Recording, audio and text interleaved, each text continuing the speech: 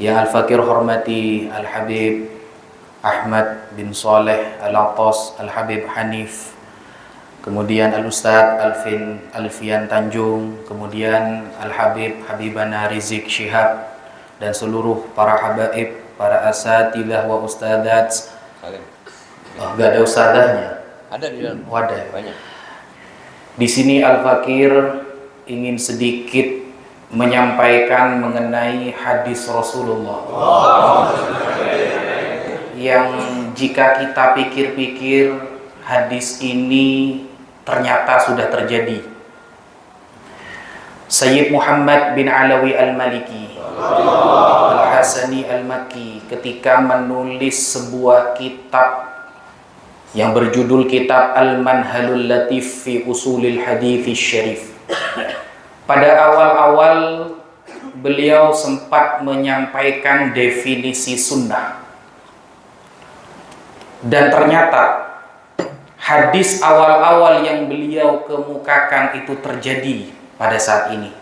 Salah satu hadis yang beliau sampaikan adalah qala Rasulullah sallallahu alaihi wasallam la tattabi'unna sananal ladzina min qablikum shibron bi shibrin wa dhira'an bi dhira'in hatta law dakhalu fi juhri dhabbin lattaba'tumuhum.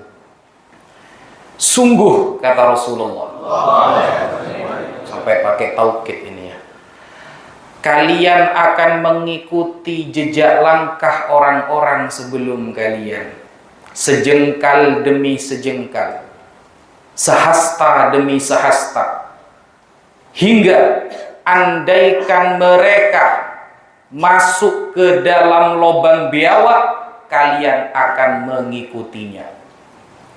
Ini Rasulullah sedang menceritakan sifat-sifat orang-orang munafik, orang-orang kafir.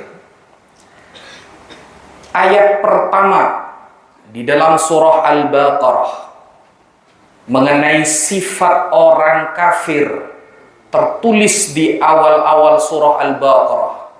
Allah Ta'ala berfirman, innal ladzina kafaru sawa'un 'alaihim a'andzartahum am lam tunzirhum la yu'minun. Itu sifat orang kafir pertama yang Allah sampaikan dalam surah Al-Baqarah. Sesungguhnya orang-orang kafir itu sama saja, wahai Muhammad, kalian kau beritahu mereka atau tidak kalian memperingati mereka, mereka tetap saja tidak akan beriman. Kenapa? Khatamallahu ala qulubihim wa ala sam'ihim wa ala absarihim gishawatun wa lahum. Nah, ayat di sini penyakit orang kafir pertama itu adalah ngeyel, dikasih tahu gak mau, karena telah Allah kunci hatinya. Jadi kalau ada orang yang disampaikan pendapat ulama kok ngeyel, berarti sudah mulai la tattabi'unna sananal ladzina min qablikum. Itu sifat pertama itu yang Allah sampaikan di Al-Qur'an. Kalau ada orang disampaikan pendapat ulama kok gak mau, bahkan sedunia ditolak, berarti dia sudah mulai masuk kepada hadis Rasulullah, mengikuti jalan-jalan orang-orang kafir terdahulu. Itu sifat pertama itu masuk dan terjadi sekarang. Bayangkan, Allah kalau sudah mengunci mati hati seseorang, hal-hal yang gak masuk akal pun dia lakukan. Hatta law dakhalu fi juhri dhabbin lattaba'tumuhum, padahal sudah jelas gak masuk akal. Imam Syafi'i radhiyallahu anhu ketika menghatamkan Al-Qur'an 300 kali, tertulis di dalam Mafatihul Ghaib, kitab tafsir yang ditulis oleh Al-Imam Fakhruddin Muhammad bin Umar bin Husain Ar-Razi. Suatu saat Imam Syafi'i mencari dalil wajibnya kita mengikuti ijma' para ulama. Dalil yang disepakati oleh umat Islam ada 4, saudara. Yang pertama Al-Quran, yang kedua As-Sunnah, yang ketiga adalah Al-Ijma'. Imam Syafi'i setelah menghatamkan Al-Quran 300 kali menemukan satu ayat yang bisa kita jadikan dalil bahwa kita wajib ikut ijma' para ulama. Dan ayat itu tertulis di dalam surah An-Nisa ayat 115. Di sana Allah Subhanahu wa taala berfirman, "Wa may yushaqiqir rasul," barang siapa menentang Nabi Muhammad min ba'di ma tabayyana lahul huda, setelah Islam datang kepadanya, wa yattabi' ghayra sabilil mu'minin, dan mereka mencoba tidak mengikuti orang-orang yang beriman kepada Nabi Muhammad. Al-mu'minin ditafsiri oleh Al-Imam Syafi'i adalah para ulama, karena para ulama lah yang benar-benar beriman kepada Allah. Wa yattabi' ghayra sabilil mu'minin, dan mereka tidak mengikuti jalan-jalan orang yang beriman kepada Nabi Muhammad. Maka apa janji Allah? Nuwallihi ma tawalla wa nuslihi jahannam wa sa'at masira. Maka tempat kembalinya adalah neraka jahannam. Kalau tidak mengikuti ijma' para ulama, maka tempat kembalinya adalah neraka jahannam. Setelah Imam Syafi'i menghatamkan 300 kali Al-Quran, menemukan ayat ini menjadi dalil ijma' yang wajib kita ikuti. Nah, sifat orang kafir, jangankan malaikat saja ditolak, apalagi sekelas para ulama. Kalau gurunya sudah menentang malaikat, maka wajar muridnya menentang para ulama. Sanadnya sambung itu ya. Kelasnya agak level turun dikit gitu. Ya. Jadi itu sifat pertama. Sifat kedua, didahului oleh Allah dengan kata man di dalam Al-Quran. Kata man itu di dalam Al-Quran yang disampaikan para ulama ada 861 kali di dalam Al-Quran. Kata man pertama yang ada di dalam Al-Quran adalah sifat, termasuk sifat orang munafik yang kafir yang tertulis dalam Al-Quran. Wa minan nasi may yaqulu amanna billahi wal yaumil akhir wa ma hum bimu'minin. Ada dari kalangan manusia seolah-olah dia kayak beriman, padahal sebenarnya nggak beriman. Dia percaya hari kiamat, padahal sebenarnya dia ragu. Wa idza laqul ladzina amanu qalu amanna billah wa idza khalu ila syayatinihim qalu innama nahnu mustahzi'un. Al-ayat. Nah, ini sifat orang kafir yang kedua yang diterangkan oleh Al-Quran, bahwa mereka ini di depan oke, tapi di belakang tidak.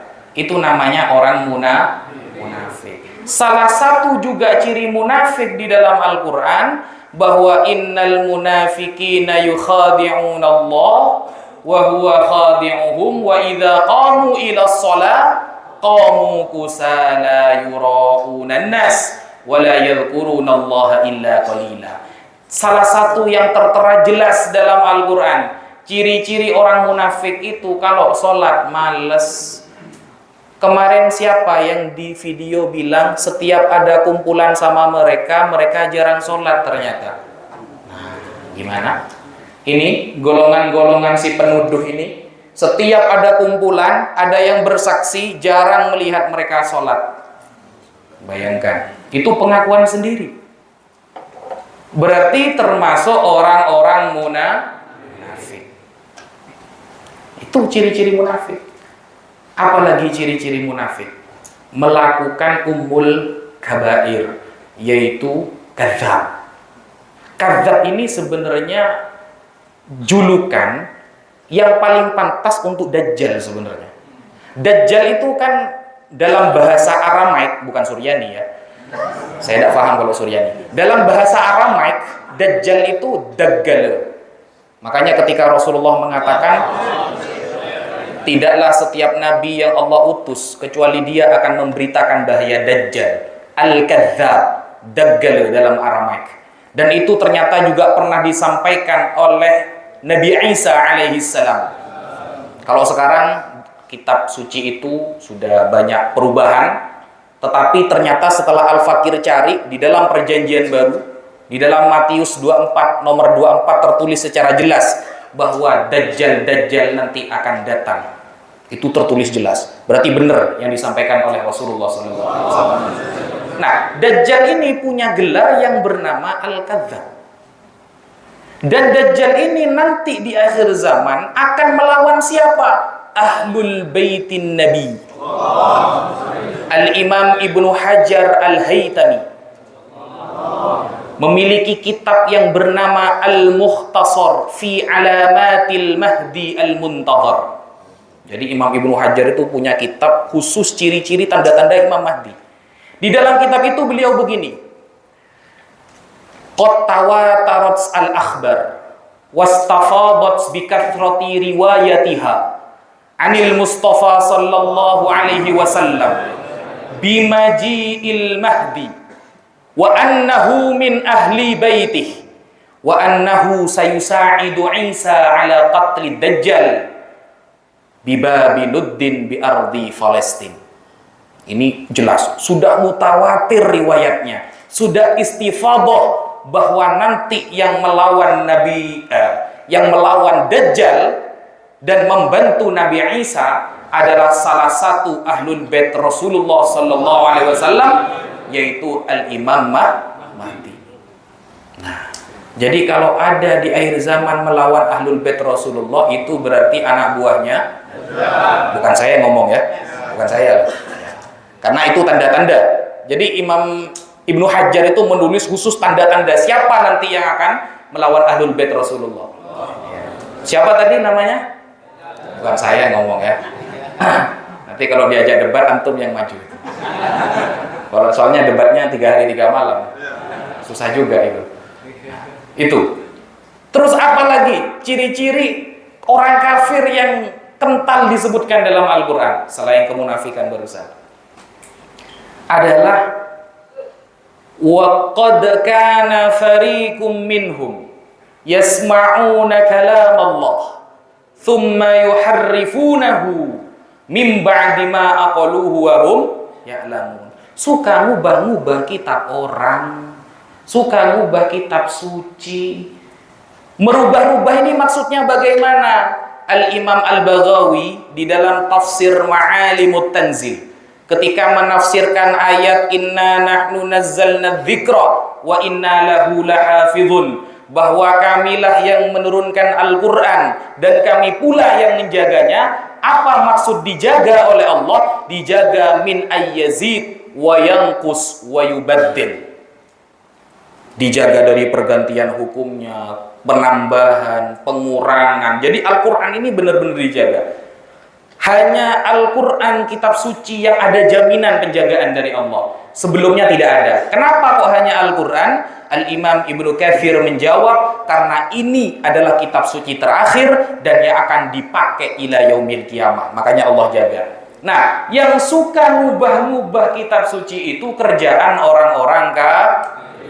Jadi kalau ada orang suka ngubah-ngubah kitab ulama, dicomot-comot seenaknya, copas-copas Google, narasi jak jelas dijadikan dalil, itu ciri-ciri mengikuti manhajnya orang-orang kafir. Benar apa tidak? Keprok atuh. Kan seperti itu. Betul ya? Jadi, kalau ada suka nyomot-nyomot dalil, giliran muqaddimah sok-sokan, yang bagi likulli ahadin ayyakuna lahul ghira fi hadzal nasabis syarif.